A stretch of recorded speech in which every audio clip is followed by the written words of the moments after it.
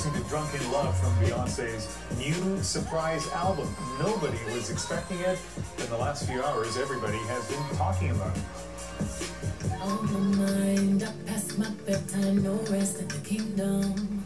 Beyonce released this new self-titled album early Friday morning, and she managed to keep it a secret from just about everyone. It contains 14 songs and 17 videos. It's also, from an industry standpoint, groundbreaking. So let's talk about that music industry part of it. We're joined by the president of Mercury Management, Steffler, and extraordinary in a business like this where there's advanced publicity, leaks, hints. Nobody knew anything about this till this morning. Yeah, it's actually epic, you know, how well she and her team pulled this off.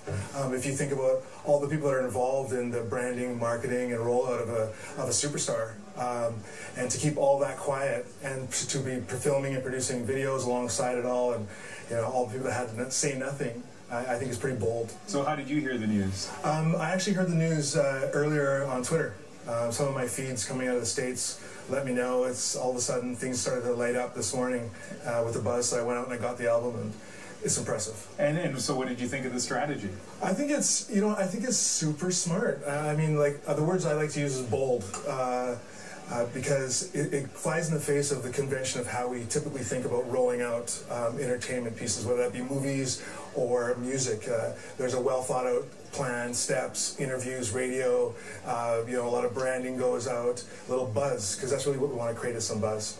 And so she, by doing what she did, created buzz in the exact opposite way you'd expect one to do it. Yeah, like a dam bursting as opposed to a little trickle, or maybe a snowball would be a better example of how it usually happens. And this time, bang, it just happened. That's right, and the amazement of keeping it all under wraps has blown everyone's mind, which has created the buzz that she was going for.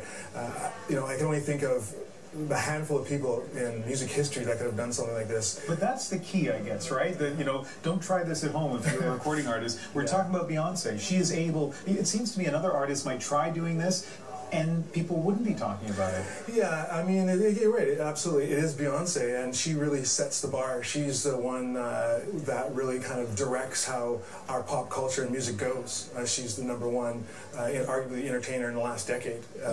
So she can, basically a free canvas to do whatever she wants and how she wants to do it. And I think that's what her motivations were.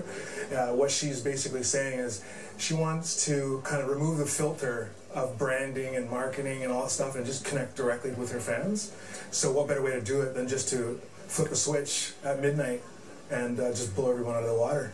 I've been thinking a lot about this. I know you have too. And one of the things is the interesting contrast between this strategy and what Will Ferrell is doing for Anchorman 2. I was thinking the exact same thing on the way here. I find that they're the polar opposite. I mean, he's all over everywhere. And his camp is actually worried about, are we overexposing him? Are people going to get, you know, less excited because they've already feel like they've seen the character so much they don't go see the movie? So he's got the exact opposite strategy. One last thing, what's the lesson here for you? You deal with artists, you deal with promotion. I know you don't deal with Beyonce, no. but what's the lesson for someone like you? Well, I have two major artists I'm representing now, Sarah Kay here in Vancouver and Soul's Rest here in Vancouver, and both of them we're working hard to make sure that they have buzz.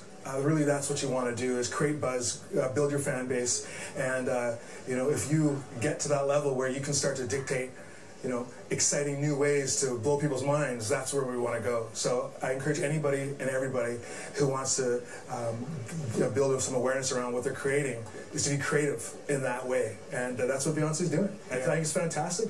And, you know, she's also got Jay-Z, she's got Frank Ocean, she's got Drake on the album, so it's a powerhouse of talent that, you know, is writing a new chapter in how we do things. It's great. I was going to say, she can write her own rules. Steffler, thank you very much for coming in. I appreciate it. Great talking to you. Thank you.